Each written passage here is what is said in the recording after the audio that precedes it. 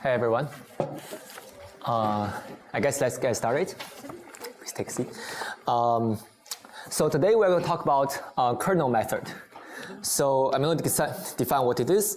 So in some sense, this is a general technique for dealing with nonlinearity in your data. So we're going to see more other general techniques like neural networks, but this is one of the techniques that we deal with nonlinearity before deep learning took off. And we're going to introduce this technique mostly in the setting of supervised learning in the kind of the discriminative algorithm type of settings. So, but these kind of techniques can also apply to unsupervised learning or other settings, just with similar type of ideas. Okay, so I guess let me start by start with a random example. So suppose you have some data.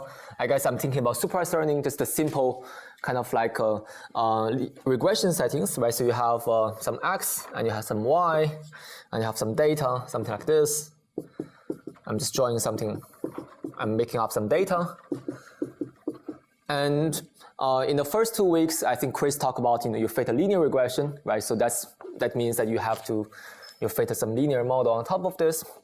So, but you can see that I designed this data such that a linear model is probably not great, right? So apparently in this data, you may want to use something like maybe a cubic polynomial.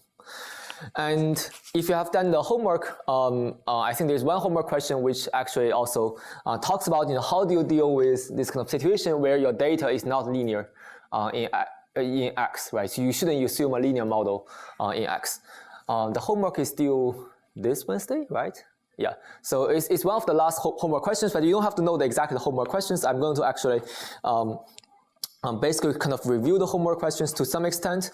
So how do you deal with this kind of case, right? So a simple way to do it is the following. So you say I'm going to have a cubic polynomial to fit this data.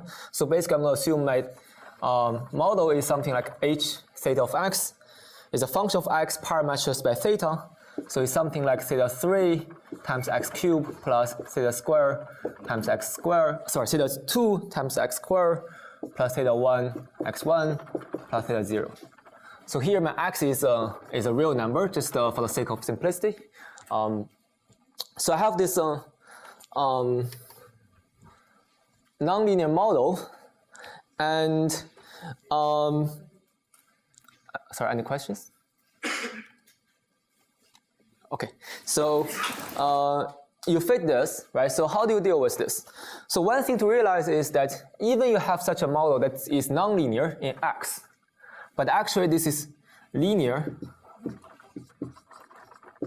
in theta, right? It's a linear function of theta. It's a nonlinear function of X. So, but actually, when you really do linear regression, it really doesn't matter whether it's linear in X or not. What really matters is whether you are linear in your parameter, because you are optimizing over the parameter space.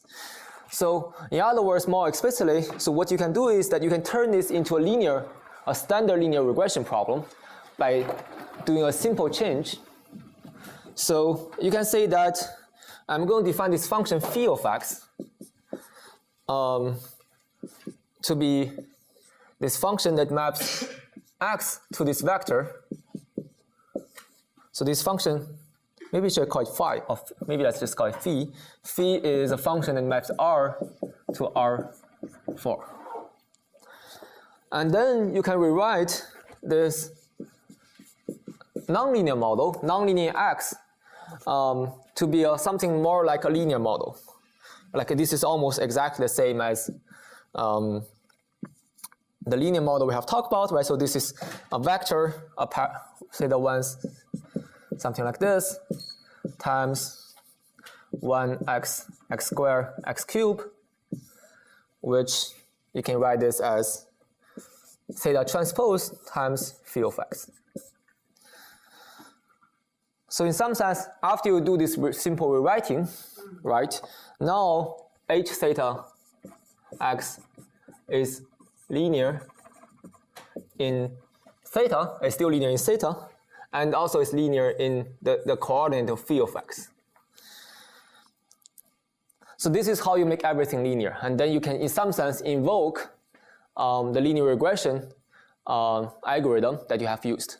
What does that mean? That means that you basically can just view this as your new input. So before your input was x, right? And now your input becomes higher dimensional. Before your input was one-dimensional x, right? And now your input becomes phi of x, which is a four-dimensional vector. And that's it. So in other words, suppose before you have a data set which is x1, y1 up to xn, yn, where x is a scalar, the input is a scalar, yi is always a scalar, let's say. And now, in some sense, you just turn this into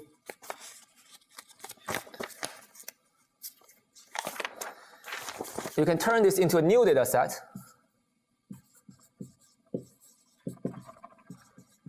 And this new data set is going to be, the input will be phi of xi, and the label or the output is the same.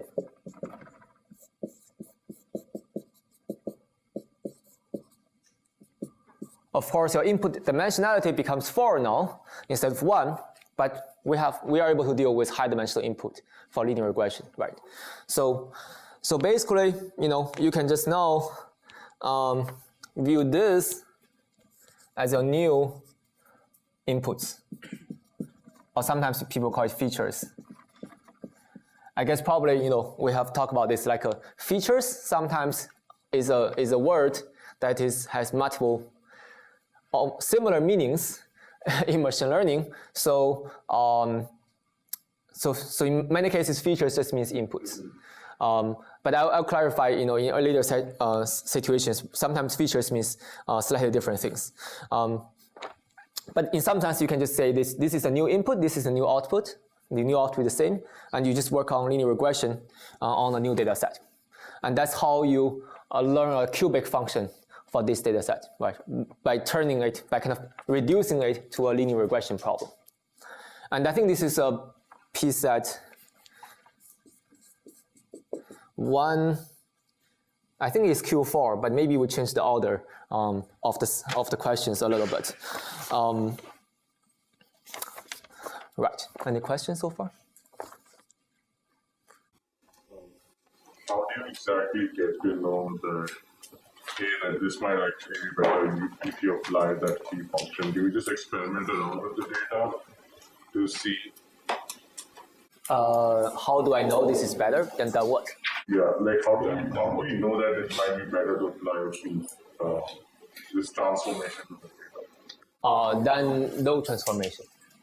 Yeah. Okay, so yeah, so I guess it's just of course eventually you have to validate your method and see how it works. But the intuition, so here I'm not saying it's better. I'm just saying that if you believe that you should use a cubic function, this is how you implement it, right? So whether you believe that you should use a cubic function instead of a linear function, that depends on the property of your data. Maybe you should experiment with it. You should probably look at data to see whether it is a linear function. There are other ways to decide, which model we're going to use. I think actually in 2 or 3 lectures later, we're going to talk about how do you pick different models. Yeah. Okay, so yeah, so exactly, I think, so this is a way to implement a cubic function, at least for 1 dimension. Okay, and what you gonna do is the following. So how do you proceed, right? So like you basically just repeat what we have known about. We have known about like linear regression. You just write down an algorithm on this data set, right? And implement a linear regression algorithm on this data set. I'm going to repeat the procedures, but this is basically just exactly, you just invoke what we have learned from the first 2 weeks. But I'm going to repeat it because this part I'm going to reuse it again to demonstrate something else, to demonstrate a kernel trick. So how do we really do this? So if you do linear regression on this new data set,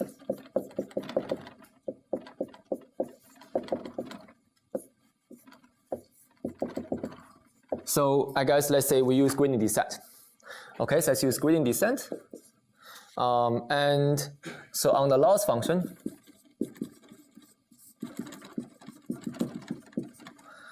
something like this, right? you compare your label with suppose you have you compare your label with the model, which is phi of xi and square. Right? Recall that if you do the standard linear regression, what will happen is that for the standard case, then this will be xi, and this will be xi in the most standard case. And what I'm doing here is just replacing that xi by phi of xi. And then if you run gradient descent, what's the formula? The formula would be something like you're going to have a loop, right? So, and each time you are updating your theta by theta plus some learning rate times the gradient. And the gradient, if you compute it, it will be something like yi minus theta transpose phi of xi times phi of xi.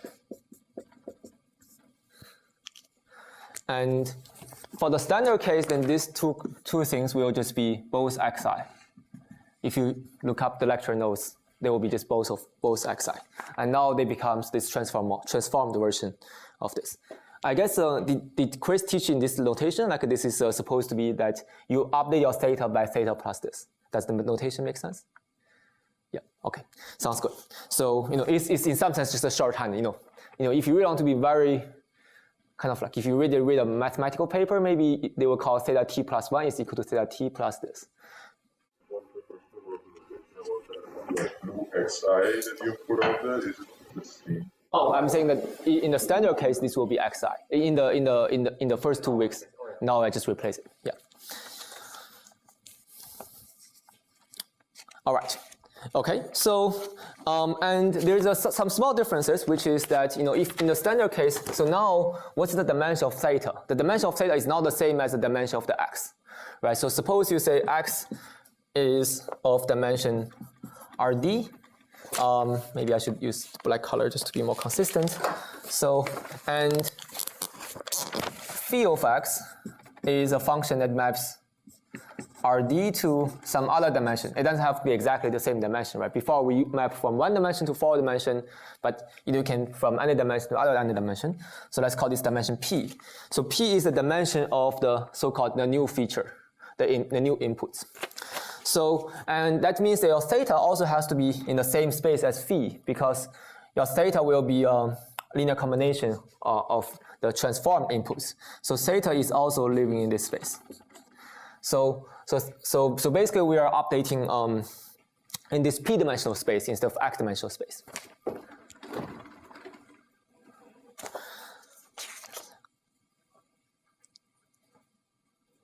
And let me also just briefly talk about the terminology. So I guess, so I think this is often called a feature map. So, and this phi of x, maybe I think I should call this like something like this. Maybe the right notation should be this. So phi as a function, it maps from rd to rp, and phi of x, I think people often call this, at least in this context, call this features. And if you look at this kind of like papers or kind of research in this context, often people call x the attributes, just to distinguish it from the features. The terminology doesn't really matter that much. Like in most of cases, you can infer the terms if you really know what they mean. So, but I'm just giving you some kind of context. When if you read the paper which says that x is the attributes and phi of x the features, then you know what they mean. But sometimes other papers would call it differently. Maybe some people would call x raw features and call these features. There are multiple ways to name them, which is a little bit unfortunate. Okay. Anyway, so but feature map, I think people always call this feature map. Maybe sometimes people call this feature extractor, but they all mean the same thing.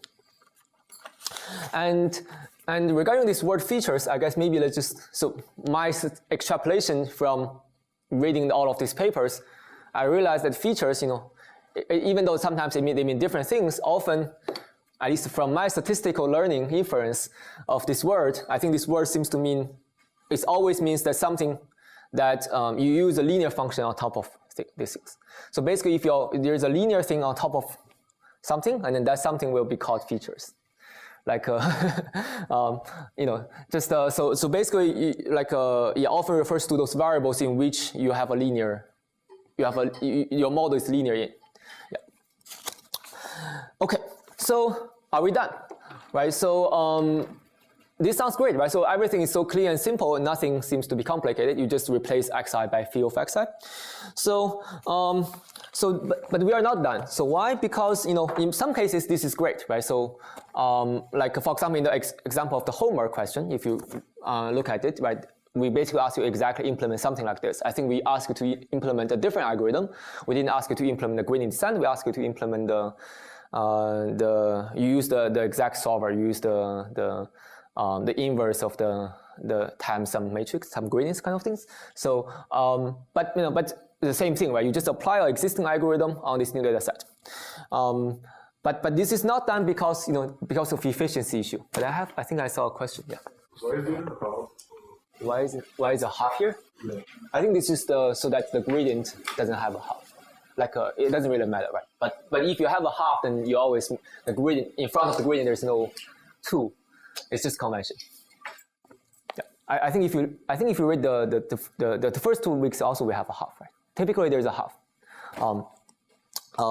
Okay, so all right, so why we are not done? The reason is that sometimes there's an efficiency issue with this kind of approach, and the reason is that this feature map can be very high dimensional, so P can be very large. In some cases, for example, suppose in this case P is 4, right? So which sounds kind of pretty fun, but what if your X is high dimensional, right? So here X is 1 dimensional and P, the features are P 4 dimensional. But what if you say I'm going to have x1 up to xd, right? I have d coordinates in my raw data, and now if I want to create something like this that have all the cubic monomials of the coordinates, then what you're going to do is that you're going to have something like phi of x needs to be something like a gigantic vector where maybe you have 1 here, you have x1, x2, all the degree 1 monomials of the coordinates, and then you have the degree 2 thing, x1, x2. Maybe you should start with x1 squared, x1 times x1, x1, x2, up to x1, xd, then x2, x1, so on and so forth. Maybe x2, x1 can be omitted because there is a repetition, but it doesn't really change the point. So you're going to need to have a very long vector that lists all the possible combinations, the products of these coordinates, right? So you're going to have like maybe x1 cube up to eventually xd cube.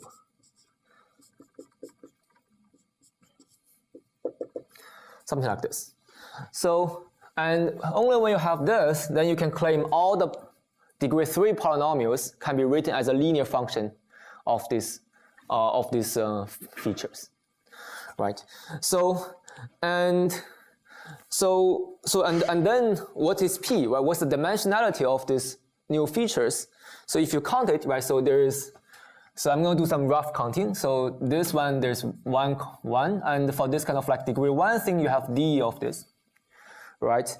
And for degree 2 thing, I guess, so you're going to have degree 2 thing maybe, so there are d square of this. Let's say we ignore the repetitions. The repetitions only change a constant factor, which doesn't really change the point.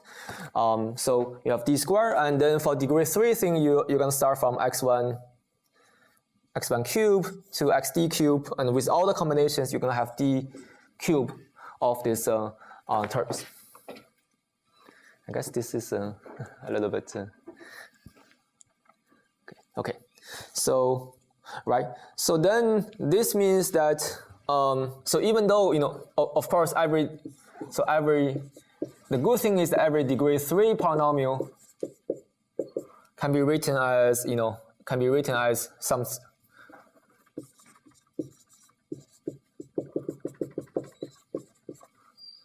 theta trans phi of x, But the bad news is that phi of x is in this Rp, where p is something like d cube.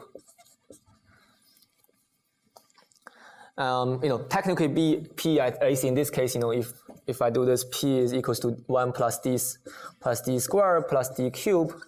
The dominating term is d cube. And this is very high-dimensional vector. So if you think about this, for example, let's say, maybe suppose this is just some back of envelope calculation. Suppose d is 10 to the 3, say 1,000, then p will be 1 billion. So, and why this is a problem? This is a problem because if you run this algorithm, then how many iterations, how much computation you have to pay here. So if we look at this, so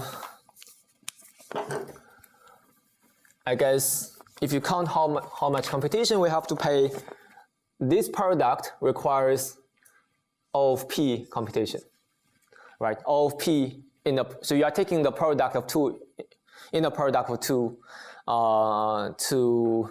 vectors, two p-dimensional vectors. You have to pay p numerical operations, right? P multiplications, and you also have to sum. The sum also has p operations. So it's O of p operations for this inner product, and then it becomes scalar, and you take the difference between this and this. That's fine, and then you multiply by this, which also this is scalar times this, which still takes O of p operations. So evaluating this whole thing takes O of p operations. That's still kind of okay, but you have to take the sum, and that's a multiplicative factor because you have to wait, repeatedly. So totally evaluating this whole thing takes O of np, like multiplications or additions. So you have to take O of n times p time. So basically the runtime depends a lot on p. It's linear in p, and if p is something like 10 to the 9, then your runtime will be 10 to the 9 times the number of samples, which is often prohibitive. So this is very, very slow empirically, if you really just implement this, when d is 1,000.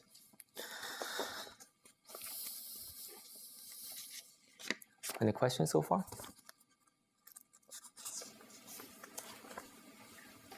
Okay, so the main goal of this lecture is to find out a way to speed up this algorithm. That's the kernel trick. What's the kernel trick about? It's about how to implement this nonlinear model using this idea, but implementing it in a way such that you can be computationally efficient. So the final algorithm will be equivalent to this algorithm, but it will just be faster, and actually much faster. So we're not going to manipulate P at all, right? So we're going to focus on that, whatever alternative to gradient descent sector that we're using. The P is going to stay as the same. The second part, we are going to try to implement this algorithm in some other ways. Oh. But you see, phi will, I'm not sure whether I would say yes to, we will do something with phi. Yeah. Right? Yeah. Right. So the whole point of the rest of the lecture is to have a faster algorithm. And maybe just a side philosophical remark. I think machine learning is really a lot about machine learning is about computational efficiency.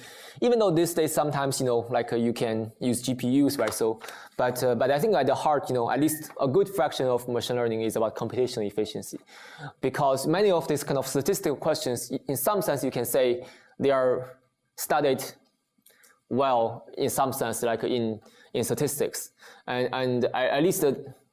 In machine learning, I think at least comparatively, I think we focus a little bit more on computational part. But of course, computational is only one part, right? So you also have to care about statistical perspective. But I'm just saying that computation is important. It's not just merely or a separate thing that you can resort to an oracle. So in many things, you have to really think about computation, because otherwise you cannot implement your algorithm. You cannot run your algorithm on a large data set, then you wouldn't see a good results. And this is one way to speed up things, and we're going to see other ways. Okay, so how do we speed up this? So here's a key observation to speed up this. So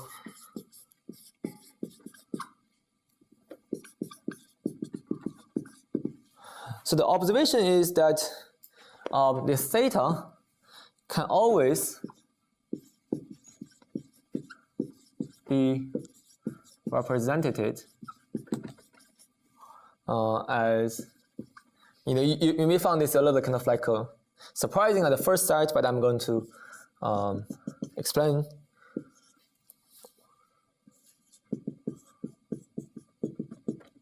So this vector theta can always be represented as a linear combination of the features for some scalar, right? These beta i's are the scalars for the linear combination. So it's for some beta 1 up to beta n, and each of these beta is in R.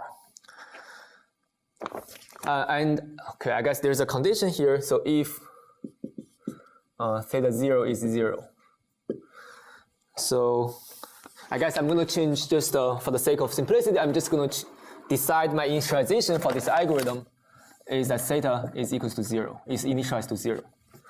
So then I'm not going to have this condition.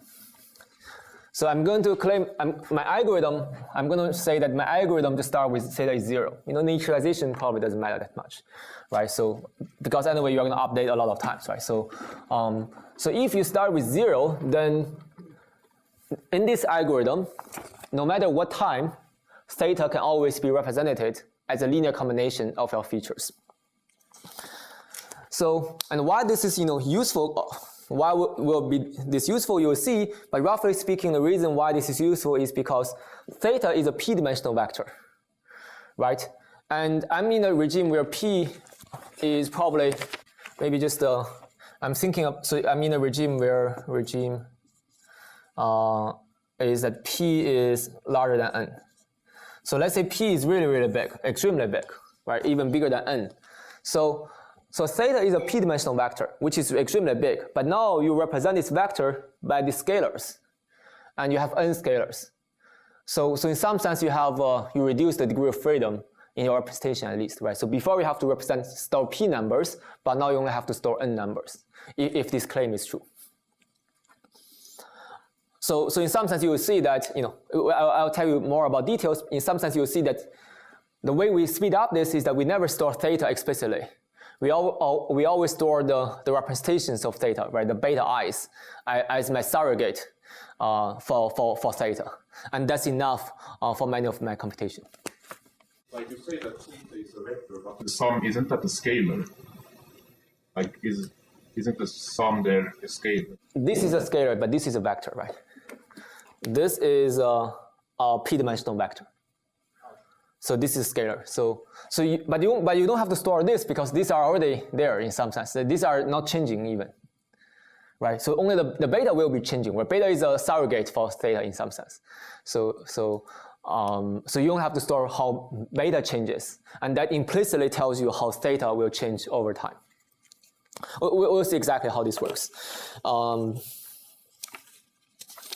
Right. So, but maybe before going to that, let me just show you why this is true. Why this is true.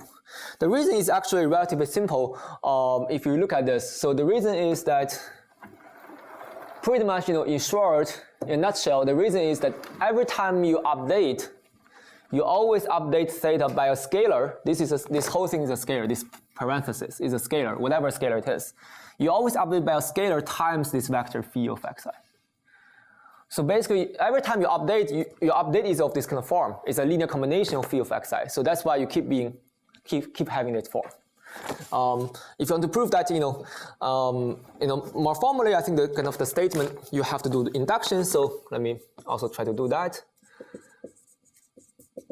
So by induction, so first of all, you check at iteration 0. So at iteration 0. So indeed, our theta is equals to 0. That's my choice of initialization. And this is indeed equals to a sum of linear combinations of the feature vectors. Right, because I just have to choose my beta I to be 0, exactly. Right, that's easy. And maybe I can also just, to build up intuition, let's also look at iteration 1, even though I don't think this step is necessary if you really care about the formal proof. This is just for intuition. At iteration 1, then what you do, you update theta to be equals to the old theta, which is 0, plus this gradient, which is alpha times I from 1 to n yi minus theta transpose phi of xi, phi of xi. And this thing, you know, is a scalar. Actually, it's equal to yi because theta is 0, right? The theta was 0 in the previous division, so this will be just yi times phi of xi.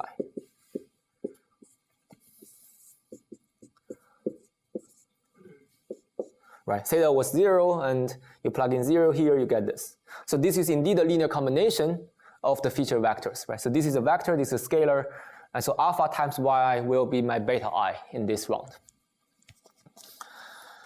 Right, so this thing plus this thing together will be my, maybe I'll just write alpha here. So if I write alpha here, then this whole thing will be my beta I at iteration 1. Okay, and you know, for the future steps, you know, I wouldn't be able to explicitly write beta I that carefully, but I'm going to use an induction, right? So suppose at iteration t, I already know that theta is equals to something like sum of beta I phi of xi. This is my inductive hypothesis, and then at next iteration, you can see that theta is updated to be equals to theta plus alpha. Okay, I'm just going to copy this formula again.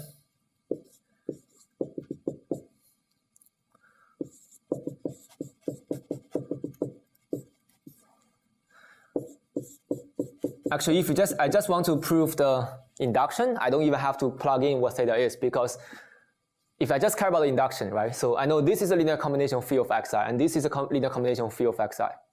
Then the sum of them will be linear combination of phi of xi. But I'm going to do a little bit more detailed steps because these steps will be useful for me as well. So I'm just going to plug in everything. So I'm going to replace theta by my inductive hypothesis.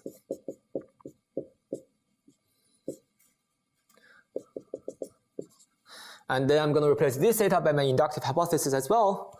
So I'm going to have alpha times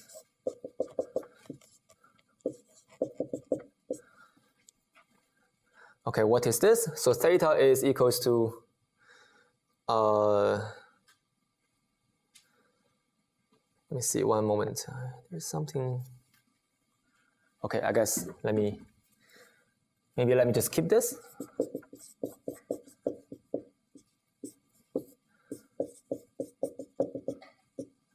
Okay, so and this is equals to just the sum of beta I plus alpha yi minus theta transpose phi of xi.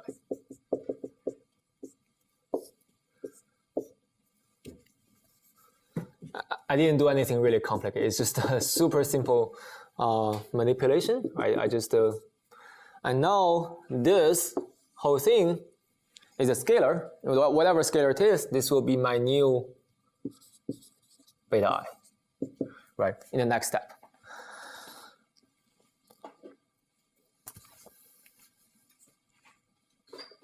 Any questions? What about random initialization of data? Yeah, this doesn't work for random initialization, but you don't need to use. Actually, initialization 0 is actually probably the best. Yeah, maybe there's some reason for this, but maybe let's discuss that offline. Yeah. So initialization, it does matter a little bit, but let's say we just take initialization to be 0.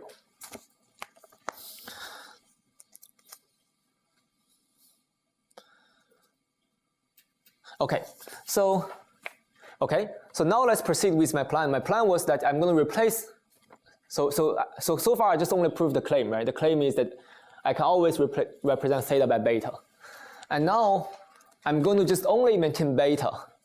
So basically my plan is that I'm just only going to maintain beta, but not theta. So that means that I'm going to start from so p parameters. Before it was p parameters, and now it becomes n parameters. And if p is very large, then this means some saving. So that means that I have to understand how the beta is changing, right? So I've told you that beta exists, right? So when beta is equals to this, but I want to have an update of beta that only, so here right now beta depends on theta. So if I want to compute beta, the new beta, I have to know the old theta, which kind of defeats the purpose, right? So if you have to know what's the existing theta, then you have to compute it, right? So then you waste p time. So what I'm going to do is I'm going to find out how does beta depend on beta itself without going through theta. So that's what I'm going to do. So where should I? Maybe, yeah, I'll write on the left-hand side. I guess maybe I'll just write somewhere here so that there's some locality. Maybe I can erase this.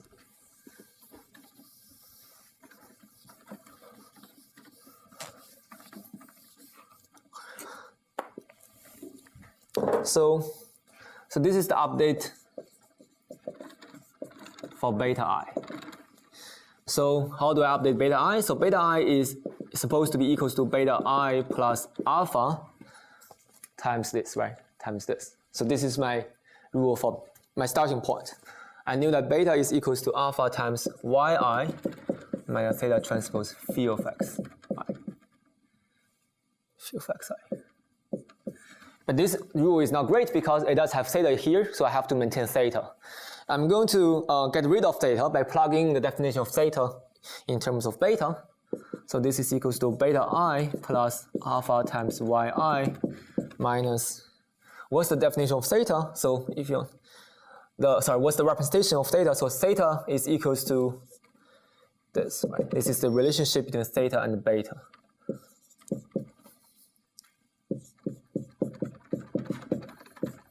This is a j because I'm having a sum inside, and this transpose times phi of xi and parentheses. Okay, so and then I'm going to continue. So reorganize this a little bit. So I'm going to get beta I plus alpha times yi minus, I'm going to put this inside, so sum over j from 1 to n beta j phi of xj times phi of xi. This means inner product, right? So A transpose B, I guess this is just A inner product with B. That's what I'm using. So, and this is I, and this is J.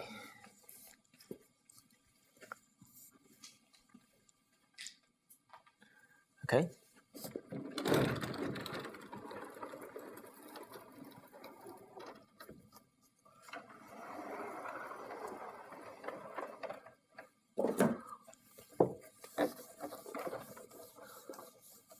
So have I done?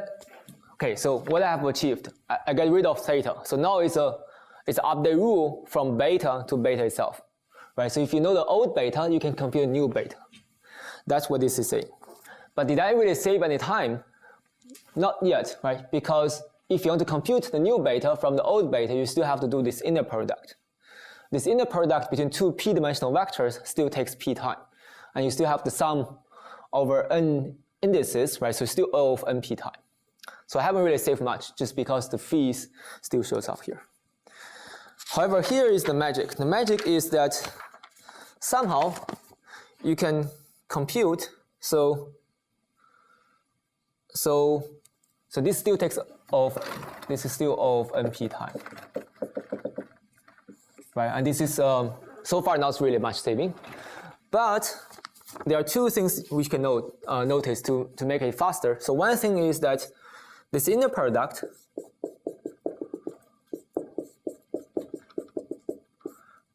can be pre-processed.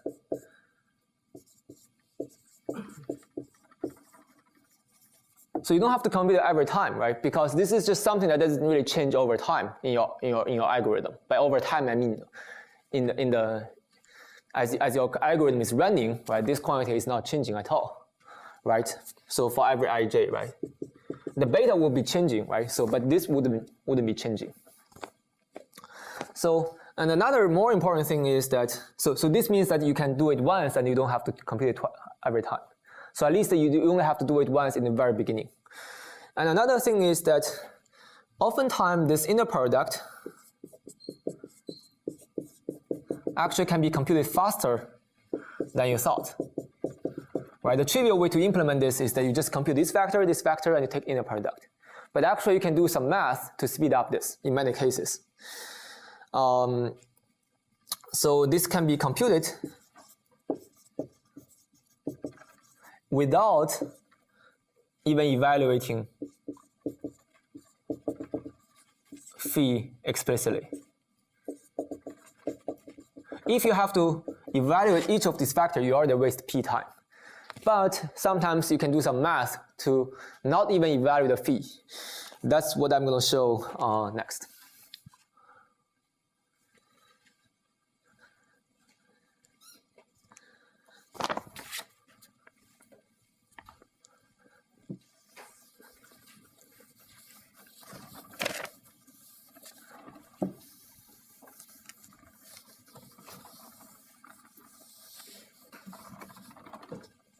Any questions?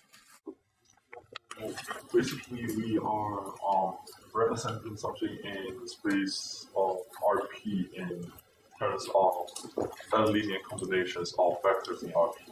So actually, we have less number of vectors than the dimension space itself. So does it make it a lower approximation of the initial result, or is it precise? It's still precise because so far you see that I have never done any approximation, right? But your question definitely makes sense. It's a very legitimate question, right? So why you can somehow magically save any degree of freedom, right?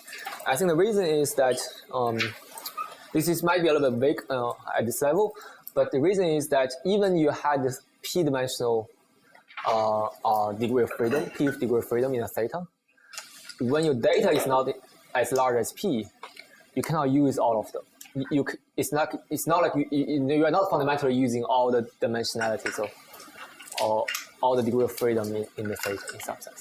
Like if you have n samples, the maximum amount of degree of freedom you can have is n in some sense, and that's why you can save even without any approximation, right? So here it's really just a re-implementation of the same algorithm. You didn't lose any. It's not like you're doing any approximation. That's the point. So you mentioned that we can only do like zero initialization of data, but in practice, don't we just like randomly initialize the beta coefficient? Randomly initialize the beta? Yeah. I think no. I think you have to initialize with beta is 0. All of this only works with zero initialization. So theta has to be initialized to be 0, and beta also has to be initialized to be 0, just because that's the correspondence at the beginning. So with the number of examples which is n is a lot bigger than p, will this algorithm still be efficient? If n is bigger than p, right, so then this wouldn't help you. It probably would hurt you, yeah. We will discuss a little bit at the end, like when this will be useful. I think this will be useful only when p is really, really big. Yeah, but sometimes p is really big, like in the case I showed. But even if like beta is not 0, would like that beta still be like the subject sound? Yes. So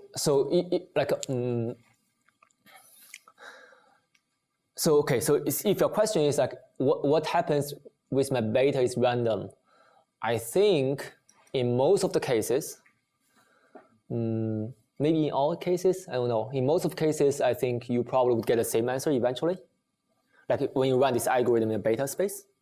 But the correspondence is only shown with beta is 0.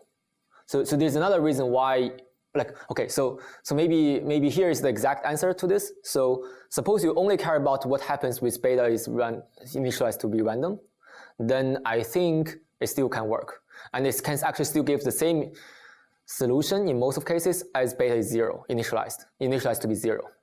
But that's a different reason. There's a different reason for this to be true, because just because you're doing some convex optimization, eventually you always converge to the same solution. Probably that's what you are already kind of you mean as well. But this correspondence between theta and beta, on this level, it only works for beta is 0. Does that make sense? Okay. Any other questions? For the first thing you said about how theta of x times theta of xi times theta of xj can be pre-processed, we still have to calculate, like we're pre-processing it for every single combination, right? How is that speeding anything up? Right. So that means you only have to do n square pairs, right? It doesn't. How does that? So that steals a lot of time. I agree, but the difference is that if you do it on the fly, then you have to do this all ij pair for every iteration. So I'm saying that comparatively, this is faster. I'm not saying absolutely it's very fast. So suppose you do this inner product every time, then you still have to do it for every I and j. Because here you have a j here, you have sum over j, and also you have to update for every I. So you basically have to do all of these pairs for every, at every iteration. So I'm saying that at least you can save that. At least you don't have to do it for every iteration. So the number of iterations that we will end up having will be higher than the number. How many iterations will we end up having? The number of iterations, I think that's a little bit tricky. But let's say you have t iterations, right? So before you have t times this number, right? And now you just save that t. Right. That's the only thing I'm thinking. Okay. The biggest saving is probably coming from here, which I'm going to show right now. Each of these inner products actually cheaper, much cheaper than we typically think. Yeah. Okay. So why that's the case? So of course, this is not a universal statement, right? It's not like for every fee you can do this. But for many of the fees that we designed that make sense, that intuitively make sense, then you can speed up. And actually later on, this becomes a principle. You only design fees such that this is fast. You don't care about any other fees. Let me not get into there. Let me just talk about this particular one. Right. So for this fee, I'm going to show you why this can be fast. And the reason is very simple. It's just you can do some math to make your formula easier. So for the phi that I define here, so phi of x times phi of z, what is this? I'm abstracting a little bit. I have x and z, just the two things, right? You can think of this as xi, this as xj. I'm just using more abstract notation. So this is just the inner product of two vectors. One vector is 1 x1 up to xd, x1 square, so on and so forth. And the other one is a column vector, which is 1 z1 z2 up to zd and z1 square, so on and so forth. Right, something like this. So, and you just take the unitwise product and you take the sum. Right? So this times this will be 1. This bunch of things times this bunch of things will be sum of xi zi, I from 1 to d. Okay? So now let's do the degree 2 parts, right? The degree 2 monomials. So this will be, so what are these quantities right here? The degree 2 things. So they are all of the form xi and xj, right? And here you have this bunch of z's, they're all of the form zi, zj, right? And you take the corresponding product and you take the sum. So basically what happens is that you loop over all the possible choices of I and j, and you take xi, xj times zi, zj. And then you do it for the degree 3 part, which is the same. So you loop over. So all the degree 3 part, they are of the form xi, xj, xk. And on the other side, you have the form zi, zj, zk. And you take the sum over all possible combinations of I, j, k. So this is I is from 1, j is from 1 to d.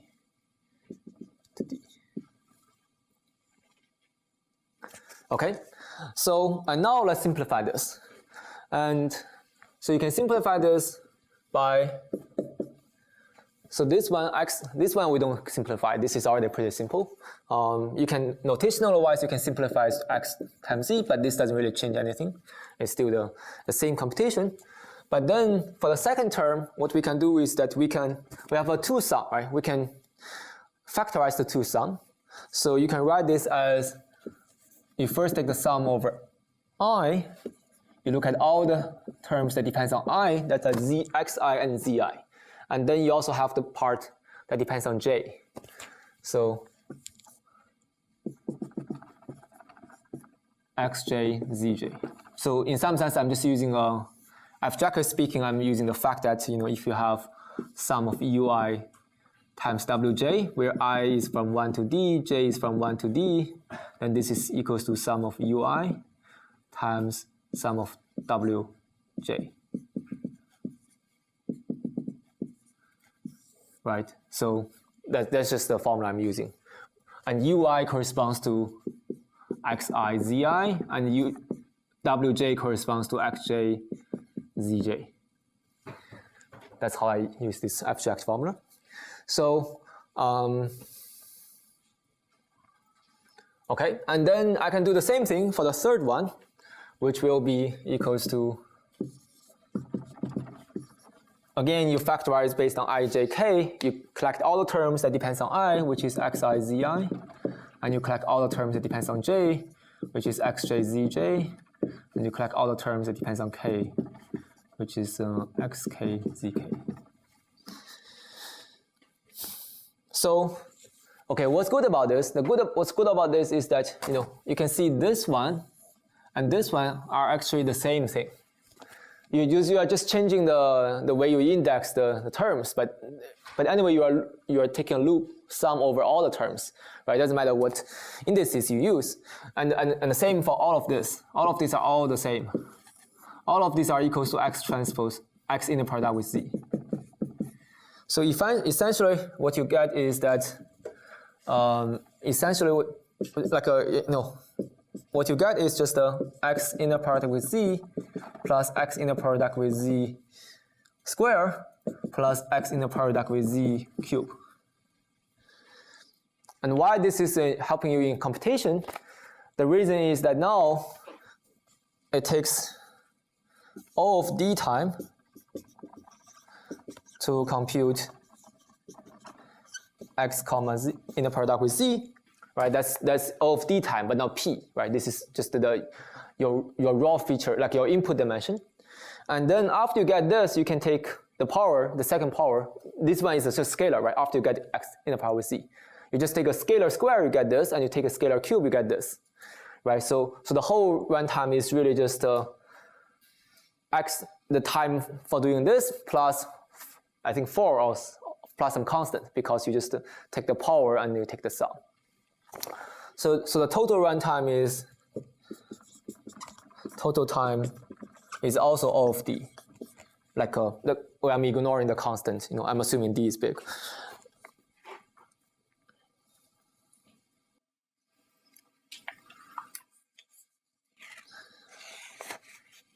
Any questions? So I guess if we choose a fee smartly and appropriately, then we might not even need to compute the whole. We might not even need to put fee to the entire data set, right?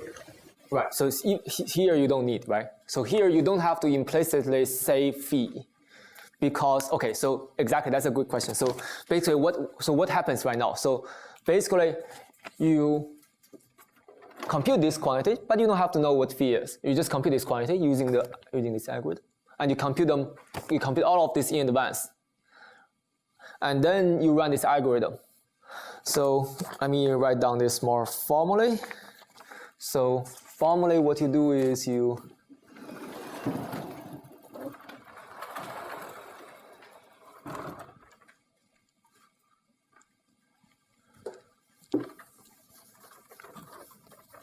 let me also introduce some notation to kind of abstractify this, because it will be also useful, especially if you read other papers and related works. So there is a notation people call this, define this so-called kernel function. It's defined to be this precisely this quantity we care about, the inner product between features. This is called kernel function.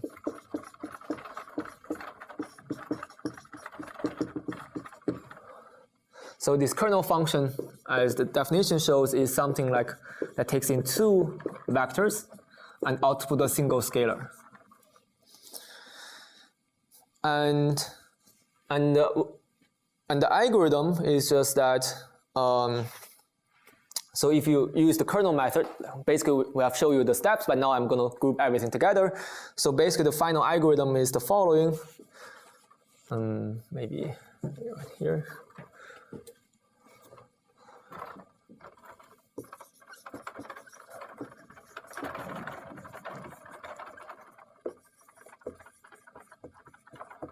So what you do is you say you first compute, you pre-precise all of the inner product. So you compute k of xi, xj.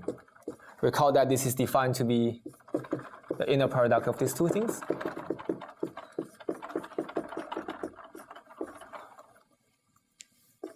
So you compute this for all I and j from 1 to n.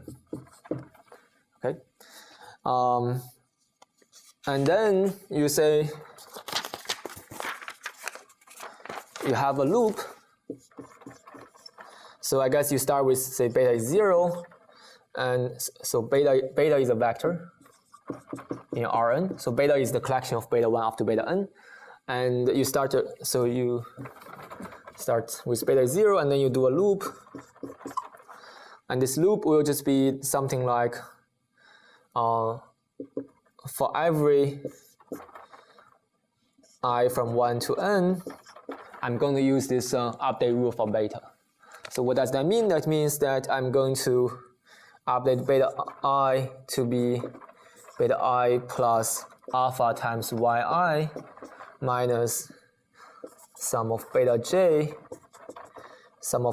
times this inner product, right? This inner product, which is something I've computed, and I denoted that by k of xi and xj.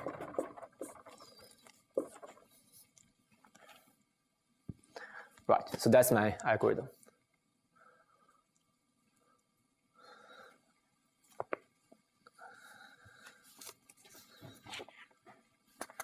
And now we can take another kind of like accounting to see what's the runtime for this particular polynomial feature. So the runtime is, let's see. Okay, so I guess you probably can also get a runtime. So to compute this, we are using a formula like this, right? To compute the inner product, we're using this formula. So for every pair, you need O of d time. So this is O of d for ij, so O of n squared d in total.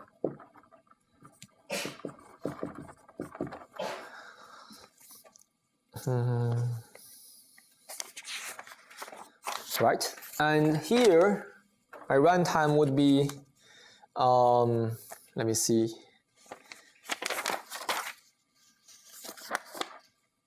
I guess I don't have it on my notes somehow, I don't know why. Anyway, but I can do it on the fly. So you already know this number.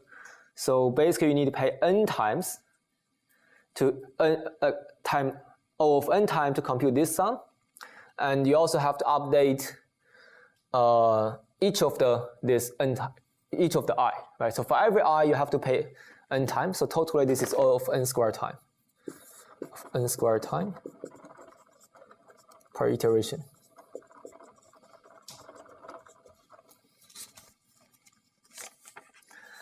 So the catch is that there's no p involved anymore whatsoever. So you just only have n and d. And if your n is small enough, then in some case, if n squared, for example, is less than np, then you are winning, right? Recall that before when we run this, every iteration we have to take n times p iteration, and now every iteration we have to take n squared iteration. So if n is less than p, then you are winning, and in many cases n is much smaller than p, just because p could be a d to the 3, right? That's just very big. Yeah. So at least I'm not saying this is universally better, right? I'm going to discuss when this kernel method is better, especially as you can see, it's better when p is very big and n is small, right? But in those cases, you do save a lot of time. If you want to do like stochastic gradient descent, will we update like one beta at a time? Like no. Can you do update one beta at each time? So I think that would be called coordinate gradient descent, but instead of stochastic gradient descent, right? Because each of the beta I should be considered as a coordinate of your parameter, but that's just terminology. I think if you update each of them one by one, you probably have to use smaller alpha, but in theory it should still work if you use small enough alpha. But I don't think you would gain much by doing. Maybe you can gain a little bit, but it wouldn't be a fundamental difference. Maybe it will be faster a little bit. Any other questions? That the final runtime was O of n squared. Oh, per iteration. How many iterations I need? That's a little bit hard to decide because it depends on the problem, and but so that's why we only compare per iteration so far. Maybe this is just demonstrating a lack of knowledge of runtime on my part.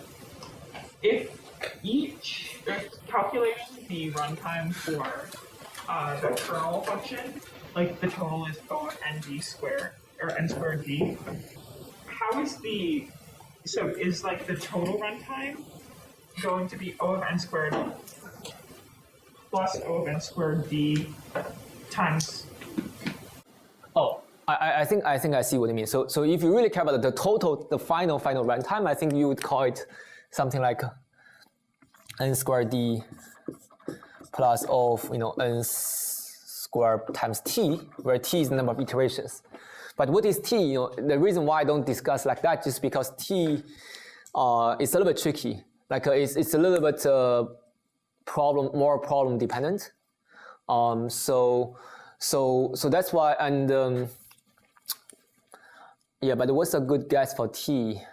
It really depends on the problem. Sometimes it's pretty small. Sometimes it could be a little bit larger. So suppose you ignore the pre-processing time, then you can compare. Roughly speaking, you can compare the per iteration runtime. So maybe for simplicity, right? So there's no way to exactly compare everything exactly. So unless you have more specifications of the problem, but roughly speaking, I think the idea is that here there's no p showing up. So it has to be better. In some sense, it's kind of pretty easy to be better than. So for example, p is really, really large. I suppose p is like 10 billion, right? So whatever you do here, you probably is going to be better than something that has p in it. Yep. So, right. So I think, and this observation that you only have to compute the inner product of the features, in some sense have more profound kind of implication. The thing is that, when we realize that this inner product is the only thing you care about, then you start to wonder whether you really have to think about what phi is. So maybe you just have to start with the kernel. And then as long as the phi, so basically, so here is the a change of mindset, that researchers have kind of, in some sense, done for this kernel method. So we started with the phi and we defined the kernel. But you can also start with the kernel. So you say, I'm going to define a function like this.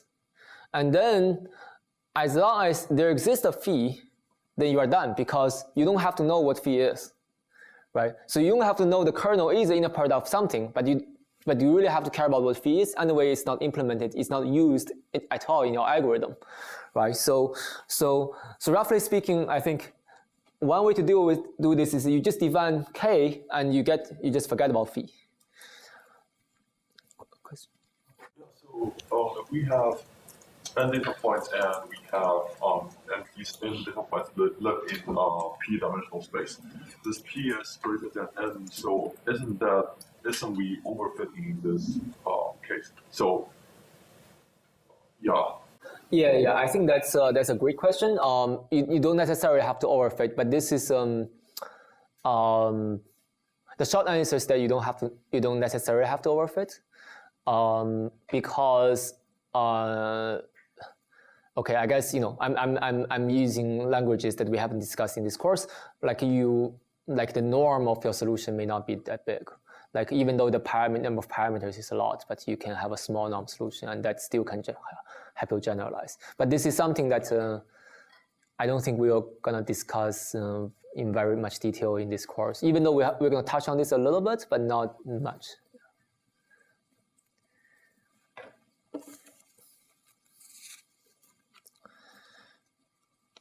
Okay, so basically, let me just say, let me continue with this change of mindset in some sense. So what people do is that you just forget about phi and you just only work with the kernel, because all the algorithms, you don't have to even know what phi is.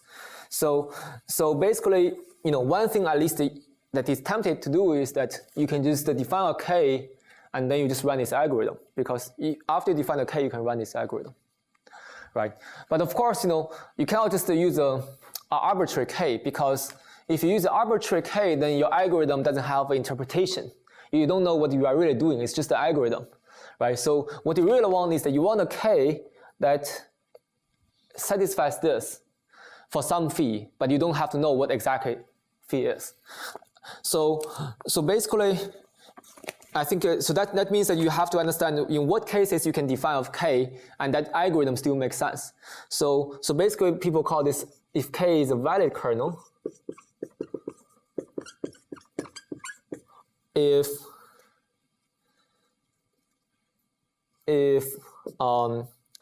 there exists a function phi such that k of x comma z is equals to the inner product.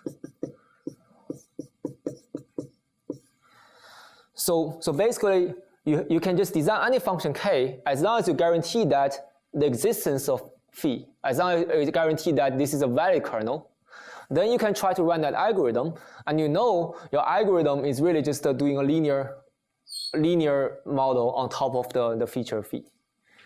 But you don't have to know what phi is. Don't we need phi? Because once we get these final betas, we'll apply them to phi. That phi version of the data, and then we'll get the thetas, and from then those thetas we'll work on. That's a fantastic question. That's great. So yeah, I think I missed this small part. I forgot. Okay, my bad. So but I was this is exactly what let me talk about this. So the test time, you also don't need the phi. That's the thing. So the test time. By test time, I mean if you give me a new data point x, right? So given a new data point x, so the question is how to compute this thing. And the question was that it sounds like you still have to compute phi, the theta, right? From beta, and then you compute this. But actually you don't have to, because you can just plug in the formula. So theta transpose phi of x, you use the representation as much as possible and use math. So you try to replace theta by this linear combination beta I times phi of xi transpose phi of x. And now you regroup. You found that this is still about inner product of two things. So this becomes sum of beta I times the kernel function applied on xi and x. So if your kernel function is evaluated very fast, then you don't have to know what phi is. Yeah, that's a great question. Thanks for reminding me. Right. So if you know k, you can do the training, you can do the test. And the only thing you have to guarantee is that this k is a valid kernel so that you are doing something sensible. By doing something sensible, it means that if you know it's a valid kernel, you know that you are doing linear regression with the phi as the feature.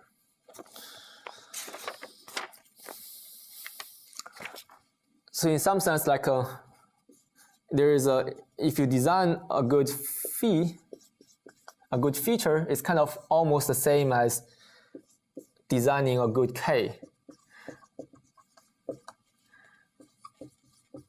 Because anyway, you don't know what phi is good, right, or not, right? So probably you should just go directly designing k.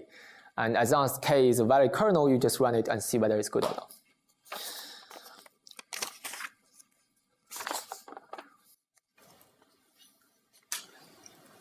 Questions? Question about the notation out here. So I guess xi is the, what is xi? Is I to n out here considered, like you're talking about the samples, or like training samples or testing samples? This is the training samples. Yes, that's a great question. So xi's are still the training samples, and x is a test example. So it's interesting that in the test time, you still have to look at the training examples to do this test. It's not like you just have to remember the right. So like in a typical case, you just have to store theta, and then you can forget about the training set. But now you cannot forget the training set.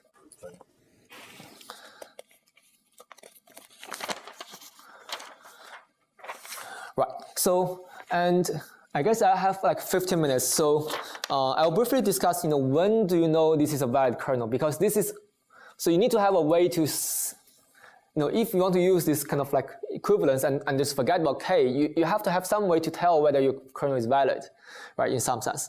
So, and there are some mathematical characterization of when the kernel is valid. This is, let me write down the theorem. Let's see. Which board did I? Which one should I erase? Maybe this one.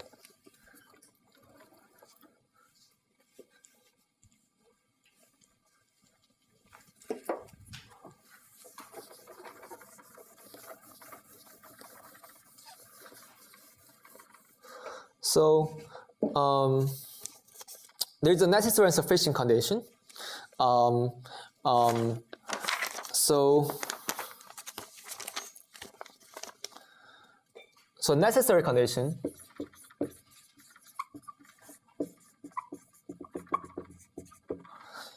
so if k is valid, this implies that, okay, maybe let me first define some notation. So in the literature, people also you can define the following. Suppose you have x1 up to xn. These are n data points. You can define the so-called, we still use the same thing, the same notation. I don't know why people do this, but so now this is with abuse of notation. You define a matrix K and call it kernel matrix. And this matrix is a n by n dimensional matrix where Kij is equals to, this K is the kernel function applied on this, the pairs of data. I know this is a little bit confusing. I don't know why people keep doing this. Like this is on the left-hand side, this is a matrix. You define a matrix based on the function, the kernel function. So every kernel function, you can use that to define a matrix, and this matrix is basically the evaluation of this kernel function on particular data points. I think probably, we should just call this K another thing, like M, whatever you call it, right? So it's just, there are two different things, but people seems to use the same notation for it. What you know is that, so maybe I'll just probably talk about the full condition, given that we don't have a lot of time. So a necessary and sufficient condition is that if the K, so K is a valid kernel function, So that means I'm talking about a function, but not a matrix.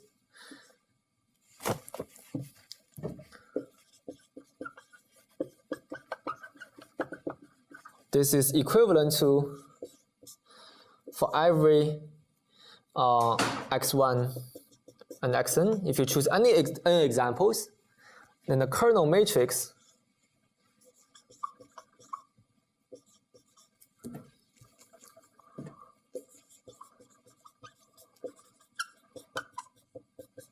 K, this is a matrix defined like this, is PSD. Is positive semi-definite. One side of this claim is pretty easy to show because from the valid kernel to this, I think it's really pretty much just a simple calculation. So you just plug in the definition that K is the inner product of two feature functions, feature vectors, and then you can pretty much verify this this matrix PSD. The reverse direction is a little bit kind of tricky, and also my statement of the theorem, I think I'm missing some regularity condition if you really care about the exact math. But this is like up to a small minor regularity condition. You have to say this K is bounded or like a continuous kind of things. Right. So basically, after you have this theorem, then the workflow is that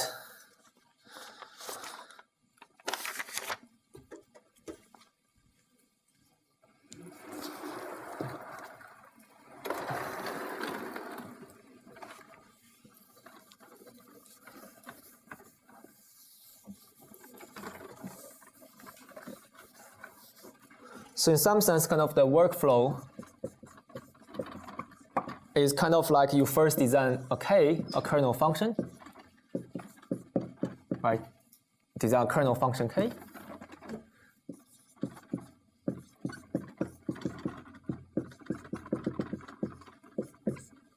And then you verify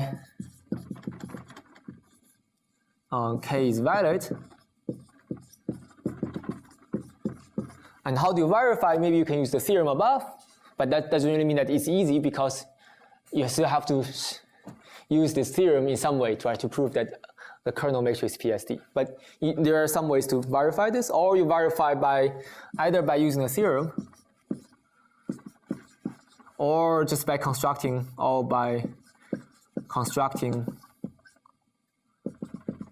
an explicit feature map that make K valid.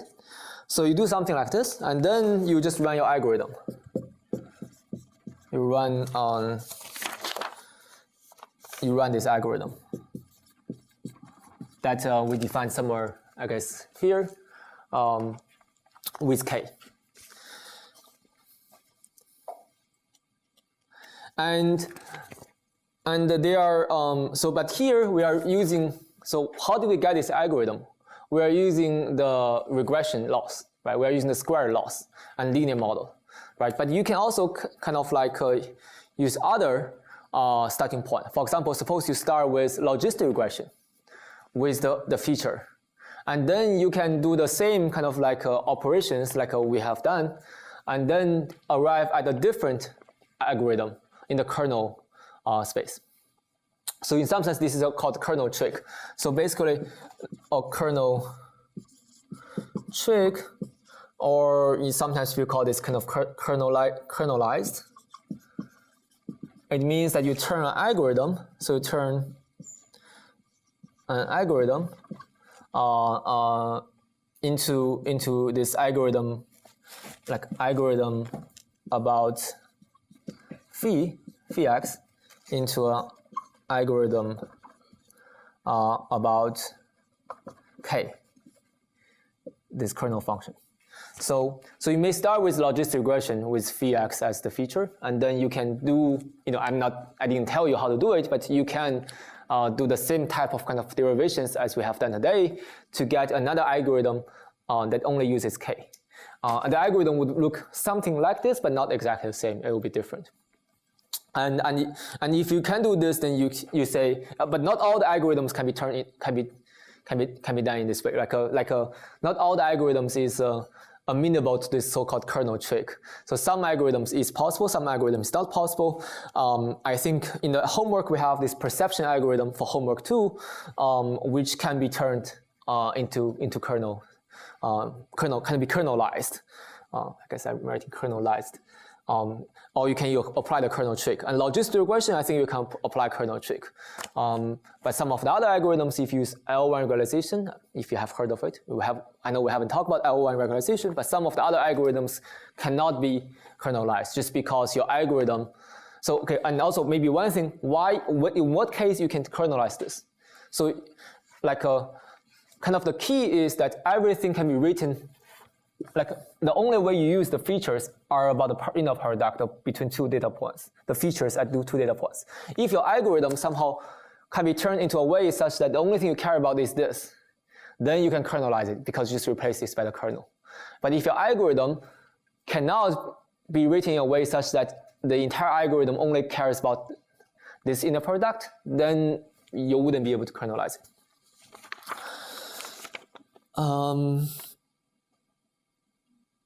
Right. Okay, and then let me also briefly say a few words about some of the other kernels, right? So I'll only show you one kernel. Some of the other kernels include, there are actually not that many. Sometimes there are not that many general ones, but sometimes for like the particular applications, you can design particular kernels that looks that they are useful for you. So some of the kernels are something like, for example, we have defined this, KXZ, which is something like, you can, for example, this is something that is very similar to what we have. So KX is equals to X inner product with Z plus C to the power K.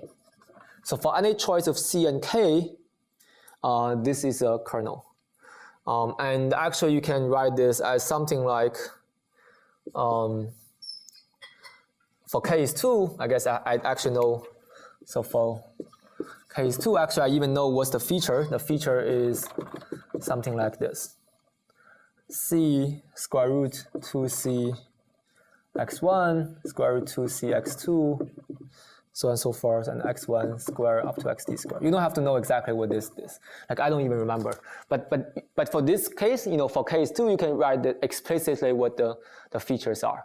And for other case, you can also write explicitly what they are.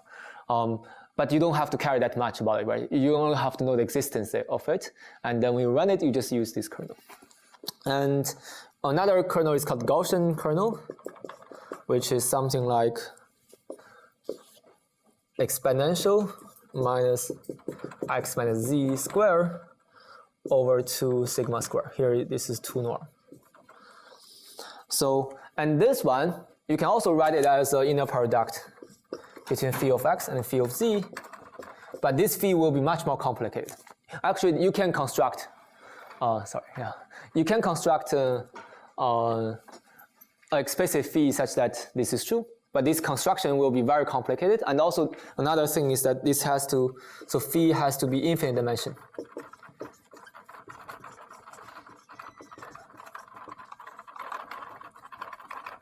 So sometimes you can, phi has to be infinite dimensional vectors. I know we didn't talk about what exactly an infinite dimensional vector really mean, but that's kind of the idea. So you have to really use a lot of dimensions to express this kernel. But you don't really have to know what are exactly the phis are, because when you run the algorithm, you just don't care about this, right? So in some sense, this is the way that we can deal with infinite dimensional features. So if your features, it's not a problem, like as long as your inner product between two features can be computed efficiently, then the dimensionality of the features just don't matter. Like it can be very large or it could be like infinite. It doesn't really matter.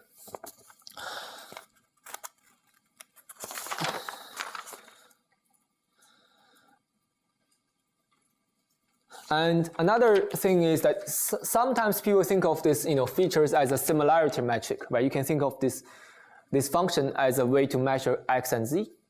Of course, that's just in some sense that's an interpretation or intuition. So when x and z are similar, I think at least in this case, when x and z are similar, you will get a larger number. So that's why you can think of as a similarity metric. So, all right. So maybe a final comment is that, how do you think about this kernel trick in the by more than I mean like in the last 5 years or last 10 years. So you can see that like the runtime here, right? So they always depends on n or n squared. Actually, it's always n squared. So you save a lot in terms of the p dependency. You just even get rid of the p dependency completely. But what you lose is that you get n squared instead of n. Recall that before, when you have like the vanilla way to implement it, you get n times p. The p is there, but the power of n is only 1, right? So, but now the power on n is 2. So, which means that, if your n is very large, then this n squared is actually a bad thing, right? N squared is much worse than n. So you lose a lot in terms of the dependency on n. And this is probably one of the reasons why kernel method is not used a lot, these days, just, that's one reason. I don't think it's a fundamental reason. I don't think it's the most important reason, but it's one of the reasons. So the reason is that these days, your data set, at least in some applications, n could be like 1,000,000. And when you have 1,000,000 squared, that's like a trillion, right? So that's just prohibitive. So that's the problem. But of course, there are also other ways to speed up this a little bit, like if you really care about the runtime. So the second reason why the kernel method is not used as often as before is that all of this requires a design. You have to design your K or phi, right? So whatever you do it's really a so-called handcrafted feature, right? You define your function phi yourself. You can choose them, but it's by human design, or you design K. So when you do at least one way to interpret what neural network will do is that I know we didn't discuss neural networks, but I assume some of you know a little bit. But generally, at high level,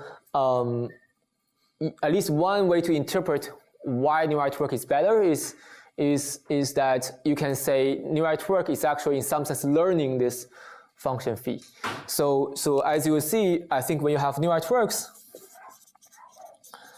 in some sense, you can view this as the model as something like theta transpose phi of x, but this phi of x is parameterized by, maybe let's call them some parameter w.